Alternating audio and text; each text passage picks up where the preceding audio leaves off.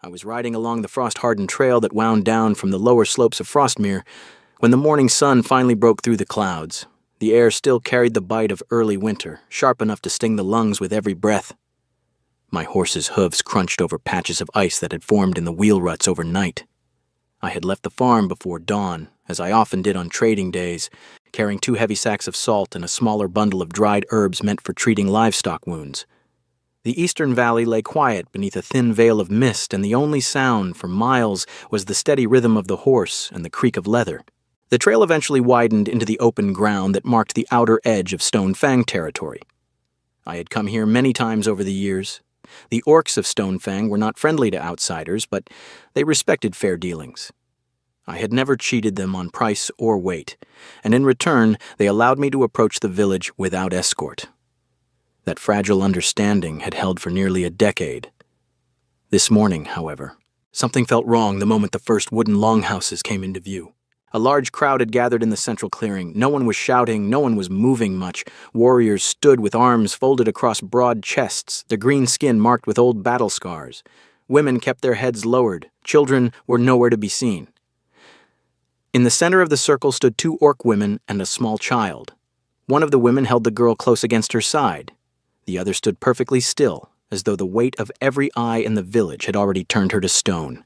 I dismounted at the edge of the gathering and handed the reins to a young orc boy who happened to be standing nearby. He took them without a word, his eyes wide. I stepped closer, moving quietly so as not to draw attention. The air was heavy with the smell of wood smoke and damp earth. From where I stood, I could see the faces of the elders seated on the low stone platform they used for council meetings. The oldest among them rose slowly, leaning on a carved staff. His voice carried across the clearing without needing to be raised. The tribe must keep what food remains for those who can still hunt, fight, and bring strength back to Stone Fang. These 2 have no warriors left to their names. They will leave before the sun sets. That is the decision. A murmur ran through the crowd, but it died almost at once. No one argued. No one stepped forward. The woman holding the child tightened her grip until her knuckles showed pale against green skin. The little girl stared at the ground, clutching a worn cloth doll. The second woman did not move at all. Only the slight tremor in her shoulders betrayed that she had heard every word. I felt something cold settle in my chest. I had traded with these people long enough to know their customs. I knew that in hard seasons the tribe sometimes made cruel choices to survive. But this felt different. These 2 had not stolen or betrayed anyone. Their husbands had died serving the same tribe that was now casting them out. One had fallen during the rock slide that nearly destroyed the eastern pastures 3 winters ago. The other had sickened during the fever season last year and never recovered. Both had left behind only widows and, in one case, a child. A young warrior standing near me noticed my presence. He spoke in a low voice without turning his head. "They were told this morning. The stores are lower than anyone admits. The elders say the strong must be fed first." I watched the 2 women begin to gather what little they were allowed to take. A single blanket each, 1 small cooking pot, a few strips of dried meat. The child carried nothing but her doll. They moved with the quiet efficiency of people who had already accepted that arguing would change nothing. When they finished, they turned toward the path that led out of the village and into the forest beyond. I stepped forward before I had fully decided what I was going to do. The crowd parted slightly as I walked through them. The elders watched me approach, their expressions unreadable. I stopped a few paces from the 2 women. The one holding the child looked up first. Recognition flickered in her eyes, but she said nothing. The other woman lifted her head more slowly. Her gaze was steady, tired, and completely unsurprised by my presence. I spoke quietly so only they could hear. "Is this real?" The woman with the child nodded once. "We have been told to go." I looked at the little girl. She could not have been more than 7. Her face was pale beneath the green of her skin, and she held the doll so tightly that one of its button eyes was coming loose. Then I looked at the second woman again. She had the kind of stillness that comes from having already lost too much to be shocked by anything else. I was not a hero. I had no fortress, no army, no wealth to offer. My home was a modest wooden house at the foot of the mountains with a small barn, a few fields, and just enough livestock to keep the place running. It was not grand, but it had walls, a roof that did not leak, a fire that could be kept burning, and enough food stored to last through the coming cold months without anyone starving. I turned back to the two women. "Come with me." The words left my mouth before I could weigh them. The woman with the child blinked. The other woman's eyes narrowed slightly as though she suspected a trick. "You do not know us," she said. Her voice was low and rough from disuse. "I know enough," I answered. "I know 2 widows, and a child should not be sent into the forest when night is only a few hours away." Behind me, the village remained silent. No one called out. No one tried to stop us. Perhaps they were ashamed. Perhaps they were simply relieved that someone else had taken the burden from their hands. I did not wait to find out which. I turned and began walking toward the path that led back to the main trail. After a moment, I heard footsteps following. The woman with the child caught up first. She kept the girl close to her side. The second woman walked a few paces behind, carrying the small bundle of their belongings. None of us spoke for a long while as the forest closed around us, swallowing the sounds of the village until only the wind moving through the pines remained. I did not look back. I kept my eyes on the trail ahead, on the gray sky between the trees, and on the simple fact that 3 people who had been told they had no place were now walking beside me. Whatever came next, I had already made the choice. There would be no taking it back. We reached the place where I had left my horse. The boy was still holding the reins, his expression uncertain. I took them from him with a quiet word of thanks and swung into the saddle. The 2 women and the child stood waiting on the path. I looked down at them. "The farm is half a day's walk from here," I said. "We should reach it before dark if we keep a steady pace." The woman holding the child glanced at her daughter, then back at me. She gave the smallest of nods. The other woman said nothing, but she adjusted the strap of her bundle and fell into step when I urged the horse forward. As we moved deeper into the trees, the last of the village sounds faded completely. Only the creak of leather, the soft crunch of boots on frozen ground, and the occasional call of a winter bird broke the silence. I did not know what I was bringing them toward. I only knew what I had refused to leave behind. And for the first time in many years, the road home felt heavier than it ever had before. The walk back to the farm took most of the day. The trail climbed gently at first, then leveled out across open ground where the wind cut sharper. I rode ahead at an easy pace so the 3 of them could keep up without rushing. The woman with the child stayed close to her daughter the entire time, one hand resting lightly on the girl's shoulder whenever the path grew uneven. The other woman walked a little behind them, carrying their small bundle without complaint. Neither of them spoke much. The child occasionally whispered something to her mother, but her voice was too soft for me to catch the words. By the time the sun began to sink behind the western ridge, we reached the low stone wall that marked the edge of my land. The house stood where it always had, a solid wooden structure with a slate roof and smoke already curling from the chimney.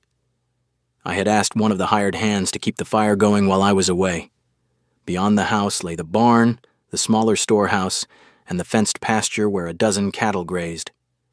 It was not a large holding, but it was mine, built with my own hands over the years after everything else had been taken from me. I dismounted and led the horse toward the barn. The 2 women and the child stopped at the edge of the yard, looking at the buildings as though they were not yet certain they were allowed to step any closer. I turned back to them. "There is a room behind the kitchen," I said. "It has a bed and a small stove. You can use it tonight. The door has a latch. If you want to lock it from the inside, you can." The woman holding the child studied me for a long moment. Then she gave a small nod. The other woman said nothing, but her shoulders seemed to loosen by the slightest degree. We entered the house together. The warmth from the fire met us immediately. I showed them the back room, set down a stack of extra blankets from the chest near the hearth, and left them to settle in. While they were inside, I tended to the horse, checked the water troughs, and made sure the cattle were secured for the night. By the time I returned, the smell of cooking filled the main room. The woman with the child had already lit the lamps and was stirring a pot of root vegetable soup over the fire. The other woman sat at the table slicing barley bread. The child knelt on a bench, watching everything with wide eyes. When I stepped through the doorway, all 3 looked up at once. "You did not have to cook," I said. The woman at the pot answered without turning. "If we eat under this roof, we will work." Her voice was quiet but firm. I understood what she meant. Pride was all some people had left when everything else had been stripped away. I did not argue. We ate at the long table. The soup was simple, thickened with barley, and flavored with the last of the salted meat from the smokehouse. The child ate slowly, taking small spoonfuls as though she expected the food to disappear if she moved too quickly. Her mother reminded her in a low voice to mind her manners.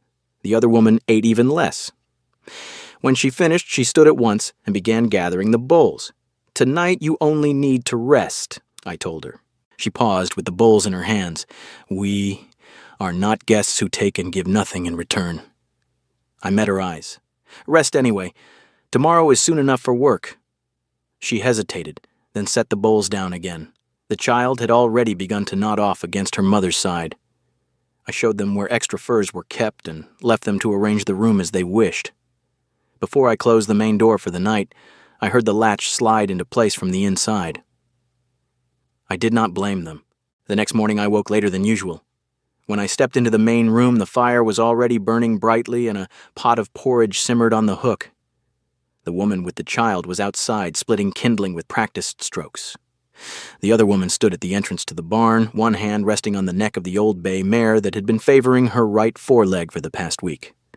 She was speaking softly to the horse, running her fingers along the leg with careful attention. I walked over. "She has been lame for several days." The woman did not look up. "The hoof is warm. There is swelling along the coronet. If you soak it twice a day in a strong infusion of willow bark and comfrey, the inflammation should ease within 3 or 4 days. After that, keep her off hard ground until the tenderness passes." I studied her for a moment. "You know how to treat animals." "My mother was a healer for the tribe," she said. "She taught me before I was old enough to hold a blade." She spoke without pride or bitterness, simply stating a fact. I nodded and went to fetch a bucket. By the time I returned with water, she had already begun crushing the dried herbs she carried in her small pouch. We worked side by side without further conversation. Over the next several days, the rhythm of the farm shifted. Work that had once taken me 3 days alone was finished in a day and a half. The woman with the child proved stronger than she looked. She repaired sections of fence that had been sagging for months, carried grain sacks that usually required 2 men, and moved among the cattle with a calm confidence that kept even the most skittish animals still while she checked them. The child, once she grew accustomed to the new surroundings, began collecting eggs from the henhouse each morning and carrying water from the well without being asked. The other woman spent most of her time among the animals. She mixed poultices for the horses, treated a cut on one of the hired hands without being asked, and reorganized the storehouse so that nothing would spoil before spring. One evening I sat at the table after the others had gone to their room, going over the ledgers by lamplight. The numbers looked different than they had a week earlier. The stores were holding better. The animals were healthier. The endless list of small repairs that had always seemed to grow faster than I could finish them was shrinking. For the first time in years, the farm was not merely surviving. It was improving. I looked up from the pages. The woman with the child sat on the bench near the fire, showing her daughter how to trace simple orc markings in the ash on the hearthstone. The other woman worked at the far end of the table, grinding dried roots into powder with a small stone mortar.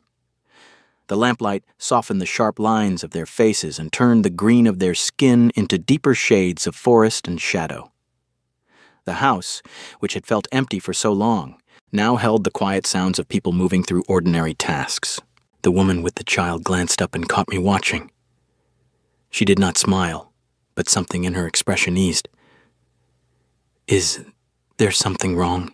she asked. I shook my head. "No. I was only thinking that this house has not felt like a home in a very long time." She held my gaze for a moment longer, then returned her attention to the child. The other woman continued grinding without looking up, but I noticed the steady rhythm of the pestle slow for just a breath before resuming its usual pace. Outside, the wind moved through the pines. Inside, the fire crackled, and the 3 people I had brought home from Stone Fang went about the small business of living. I closed the ledger. For the first time since I could remember, I did not feel the need to keep working until my eyes burned. I simply sat there, listening to the quiet sounds of a house that was no longer empty, and let the evening settle around us. The rumors reached Greyford faster than any rider could have carried them. By the time I rode into town 3 days later to buy salt and a small load of iron nails, people were already watching me from doorways and windows. The usual nods and short greetings were missing. Men who had traded with me for years suddenly found reasons to look elsewhere when I passed. I tied the horse outside the general store and stepped inside, the bell above the door sounding too loud in the sudden quiet. Walter Briggs stood at the counter with 2 of his men. He was a large man with a thick beard and the kind of wealth that let him speak without fear of consequence. When he saw me, his mouth curved into something that was not quite a smile. "Heard you've been sheltering 2 orc widows the tribe threw out," he said, loud enough for everyone in the store to hear. "One of them with a brat, too." I set the empty sack on the counter. "They have names." He gave a short laugh. "Names or not, you're making a mistake. Folk around here won't forget this. You bring that kind into your home, you bring trouble with it." I met his eyes. "They were driven out because their tribe ran short of food and decided the weak were easier to lose than the strong. If that makes them dangerous in your eyes, then your eyes see things differently than mine." The store had gone completely silent. The shopkeeper behind the counter kept his head down, pretending to count coins that did not need counting. Walter stepped closer, lowering his voice, but not enough to keep the words private. "You're a widower with land. You should be thinking about your reputation. People talk. They wonder what a man like you is doing with orc women under his roof." "Reputation does not keep anyone warm when the snow comes," I answered, "and it does not fill empty bellies." I paid for the salt and nails without further argument and left. On the ride back, I kept expecting to feel anger, but what settled in my chest instead was a colder, heavier thing. I had known there would be talk. I had not expected how quickly the talk would turn into something sharper. The first sign appeared 2 mornings later. I found a crude mark scratched into the wood of the main gate with charcoal, a rough circle with a line through it, and the words, "Orc not welcome," scrawled beneath. The letters were uneven, as though whoever had done it had worked in haste. Viola saw it first. She was already outside when I stepped out of the house. She stood very still in front of the gate, one hand pressed flat against the wood as if she could wipe the mark away by touching it. When she turned, her face was carefully blank, but her fingers trembled. That evening, after the child had been put to bed, the 3 of us sat at the table. The lamps were turned low. Viola kept her hands folded in front of her, staring at the grain of the wood. "Perhaps we should go," she said quietly. The other woman, Nara, looked up sharply but did not speak. Viola continued, "You have already done more than anyone could expect. If we stay, the talk will only grow worse. People will stop buying from you. They may do worse than draw on your gate. We do not want to be the reason you lose everything you have built." I set both hands on the table. "Where would you go?" She had no answer. Neither of them did. They had been sent out with almost nothing, and winter was already breathing down the valley. "You are not a burden," I said. "Vela, you have kept the stores from spoiling and the fences from falling. Nara, you have treated animals I would have lost and shown the hired hands how to do the same. The child brings laughter back into this house. If that is a burden, then I wish I had carried it years ago." Viola's shoulders tightened. She shook her head once, as though refusing to let the words settle. "We have brought you nothing but trouble since the day you found us. You have brought life back to a place that had grown quiet," I answered. "That is not trouble." Nara spoke then, her voice low. "You called us family." The word hung in the air between us. I had not planned to say it. It had come out in the moment because it was the only word that fit what I felt when I looked at the 3 of them moving through my days. I looked at Nara, then at Viola. "Yes," I said, "I did." Viola's breath caught. She pressed her fingers hard against her lips as if she could hold back whatever was rising in her throat. From the back room came the soft sound of the child shifting in her sleep. Viola's eyes filled, though no tears fell. She had the look of someone who had been given something precious and was afraid to close her hand around it in case it disappeared. Nara watched me steadily. "You truly mean that?" "I do." She nodded once, as though confirming something to herself. Viola wiped her eyes with the back of her hand and drew a slow breath. When she spoke again, her voice was steadier. "If we stay, it will not be easy for you." Nothing worth keeping ever is, I said. We sat in silence for a while after that. The fire popped and settled. Outside, the wind moved across the roof. Eventually, Viola rose and went to check on the child. Nara remained at the table, her hands wrapped around a mug of cooled tea she had not drunk. "They will come for you one day," she said quietly. "Not with weapons, perhaps, but they will come." "Let them," I answered. "I have made my choice." She studied me for a long moment, then gave the smallest of nods. She did not smile, but something in her expression softened. When Viola returned, she did not speak of leaving again. She simply sat down, poured fresh tea for all of us, and passed the cups without meeting my eyes. The mark on the gate remained, but none of us mentioned it. For the first time since I had brought them home, the decision to stay felt like something we had all chosen together, rather than something I had forced upon them. I knew the peace would not last. The town's disapproval was only the beginning, but as I watched the two women sit across from me in the lamplight, I also knew that whatever came next, I would not face it alone. The winter came early that year and struck hard. Snow began falling before the last leaves had dropped from the trees, and within a week, the roads to Greyford were buried under drifts that reached the bellies of the cattle. The wind howled down from the Frostmere peaks and found every gap in the walls, every loose board in the barn. I had seen hard winters before, but this one carried a different weight. The cold seemed to press against the windows as though it meant to come inside. We were ready in ways I had not expected. Nara had spent the weeks before the first snow-drying bundles of willow bark, comfrey root, pine needles, and the small purple mushrooms that grew beneath the oldest trees. She hung them from the rafters in the storehouse and ground what she needed into powders she kept in sealed clay jars. Viola had reorganized the food stores with the precision of someone who had once managed a tribe's winter supplies. Grain was portioned into smaller sacks. Root vegetables were buried in straw. Dried meat hung high where damp could not reach it. The child helped where she could, carrying smaller bundles and learning which herbs were safe to touch. When the first real storm hit, the farm became an island. For 3 days, we saw no one from outside. Then, on the 4th morning, a man appeared at the gate leading a small girl wrapped in furs. He was a shepherd from the northern pastures. His daughter had been coughing for days and now burned with fever.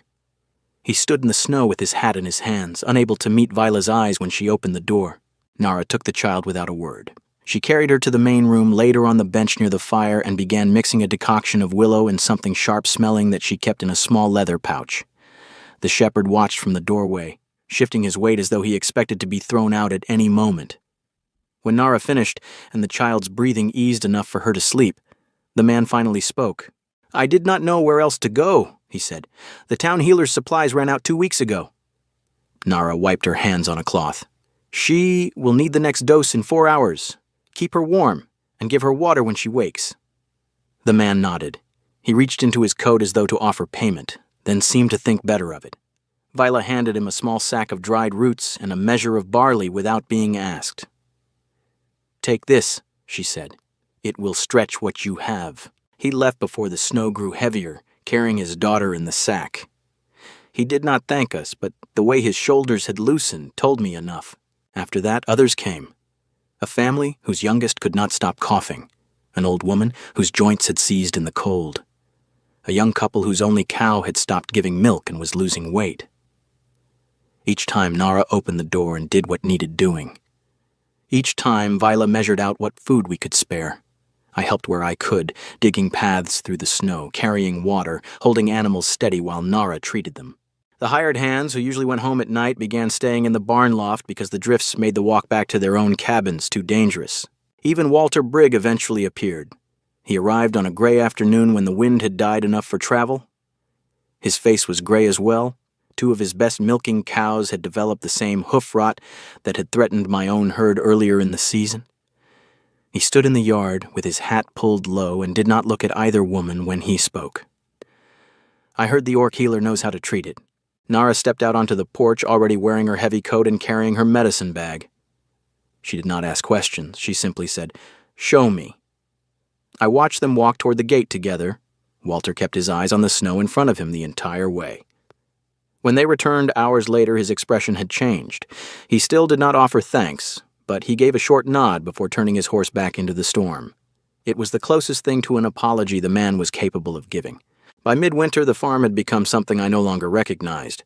People who had once crossed the road to avoid speaking to me now came when they had nowhere else to turn. They brought what little they could spare in exchange for medicine or advice. Some stayed long enough to share a meal by the fire. The child grew bolder with each new face, sometimes bringing extra blankets without being told. Viola moved among them with quiet competence, showing mothers how to stretch their stores and keep water from freezing. Nara worked until her hands were raw from constant washing and mixing.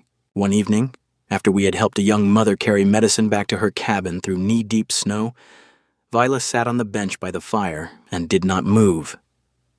She was still wearing her heavy gloves. Her shoulders were slumped in a way I had never seen before. I knelt in front of her and took her hands gently. She did not pull away. One by one, I worked the stiff leather free from her fingers. Her skin was cold and marked with small cuts from the work she had done all day. When the last glove came off, she flexed her hands slowly and let out a breath that sounded almost like a sigh. "I wanted to turn them away today," she said quietly. "The ones who used to look at us as though we were already dead." "I know. But when I saw the child coughing, I could not do it." I set the gloves aside and stayed where I was, still holding her hands between mine to warm them. The firelight caught the lines of exhaustion around her eyes and the faint scars across her knuckles. She had survived more than most people would ever understand, and she had chosen not to become hard because of it. "That is the difference between you and them," I said. She looked at me then, and something in her gaze held longer than it had before. I felt the weight of it settle in my chest. I had respected Nara from the beginning, the way one respects a skilled healer or a steady ally. What I felt when I looked at Viola was different. It had grown slowly through shared work and quiet evenings and the way she protected her child without ever letting bitterness touch the girl's spirit. It was not gratitude. It was not duty. It was something deeper that I had no right to name while she was still learning how to trust the ground beneath her feet again. I released her hands and stood. She watched me for a moment longer, then rose as well and went to check on the child. I remained by the fire, listening to the wind outside and the soft sounds of the house settling for the night. The winter was not over. The town's old prejudices had not disappeared, but something had shifted inside these walls that could not be undone by snow or rumor. I did not yet have the words for what I felt. I only knew that when spring finally came, I would not be the same man who had ridden to Stonefang on that cold morning months ago, and I was no longer certain I wanted to be. When the snow finally began to melt, the world turned soft and gray. Water ran in thin streams down the slopes of Frostmere and pooled in the lower pastures. The cattle lifted their heads and began to graze on the first patches of new grass. Inside the house, the heavy shutters came down and the windows were opened to let in air that no longer burned the lungs. For the first time in months, I could walk outside without the wind trying to steal the breath from my chest. They came on a morning when the ground was still soft enough to leave deep tracks. 5 elders of Stonefang walked at the front, their cloaks worn and travel-stained. 2 warriors followed behind them. I recognized the oldest elder immediately. He was the same man who had stood on the stone platform and ordered Viola and Nara to leave. Now he walked with his shoulders slightly stooped, as though the weight of the winter had settled permanently into his bones. Viola stepped onto the porch with Kira at her side. Nara set down the mortar she had been using and wiped her hands on her apron. None of us spoke as the group crossed the yard and stopped a few paces from the steps. The oldest elder bowed his head. "We were wrong," he said. His voice was rough. The words seemed to cost him something. Viola did not answer at once. She kept one hand resting on her daughter's shoulder. Nara moved to stand beside her. I stayed where I was, close enough to speak if needed, but far enough to let them answer for themselves. The elder continued. "The tribe suffered through the winter. Many grew sick. Children went hungry. We have come to ask for medicine, for grain, and, if it can be given, for forgiveness." Viola looked down at Kira. The child tilted her head up and asked in a small voice, "Are these the ones who made us leave, Mother?" "Yes." The little girl considered this for a moment, then looked back at the elders. "Will you help them?" Viola was quiet for a long time. When she finally spoke, her voice was steady but carried no warmth. We will help. Not because we have forgotten, not because you deserve it, but because we will not let children in your tribe suffer the same hunger you once pushed onto us.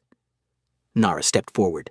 I will prepare what medicine we can spare, but in return, you will give your word in front of everyone here from this day forward. No widow, no orphan, and no one too weak to fight will be cast out simply because they have no warrior to stand behind them. The oldest elder closed his eyes. For a moment I thought he might refuse. Then he lowered himself to one knee in the mud. I give that word. We spent the next 3 days preparing bundles of dried herbs, sacks of grain, and strips of salted meat. On the 4th morning, we loaded 2 carts and made the journey back to Stonefang. The elders walked beside us. When we reached the village, people came out of their long houses to watch. Some looked ashamed, others simply looked tired. Viola and Nara walked through the gates, not as outcasts, but as the ones who had been needed when no one else could help. The elders offered them a place once more. They could return to their old homes. They would be welcomed. The tribe needed healers and steady hands. Vela looked at me, then at her daughter. She shook her head. Stonefang is where we were born, she said, but Ashvale is where we were chosen. We left before nightfall. The carts were lighter on the way back. Nara rode beside me on the narrow trail that wound through the thinning trees. For a long while she said nothing. Then, without turning her head, she spoke. You love her. The words were simple and direct. I nearly dropped the reins. She gave a quiet laugh, the first I had ever heard from her. You are the last to know. I did not answer. There was nothing to say that would not sound foolish. She did not press me. We rode the rest of the way in silence. That evening I found Vela in the storehouse. She was marking the last of the remaining grain on a piece of slate by the light of a single lamp. Her hair was tied back loosely, and the lamplight turned the green of her skin into something softer. She looked up when I stepped inside, but did not speak. I stood in the doorway for a moment, then closed it behind me. When I told you to come with me that day, I said, I only knew I could not leave you and the child to die in the forest. After that, you kept this place alive. Then you helped the whole valley survive the winter. What I want to say now is not because of gratitude. She set the slate down carefully. I took a breath. I love you. If you do not feel the same, nothing changes. You and Kira still have a home here. But if you want it, I would like to build the rest of my life with you. Viola's eyes filled. She did not try to hide it. A single tear slipped down her cheek and caught on the corner of her mouth. I have loved you since the night you called us family, she said. Before that, I only knew how to survive. You gave me something I had forgotten how to want. We were married at the end of spring in the open yard in front of the house. Nara stood beside Vela like a sister. Kira carried a small wreath of early flowers. A few people came from Stonefang. More came from Greyford, including Walter Brigg, who brought a healthy heifer as a gift and bowed his head before the ceremony began. When it was my turn to speak, I kept the words simple. 2 orc widows were cast out with nothing but a few blankets in their grief. They walked into my house and gave it back its life. I thought I was offering them shelter. They gave me a family instead. Viola answered in a clear voice that carried across the yard. You did not save us with grand promises. You only said, come with me. Those 3 words opened a new life. From this day I stay, not because I was driven from my old home, but because I have found the right one.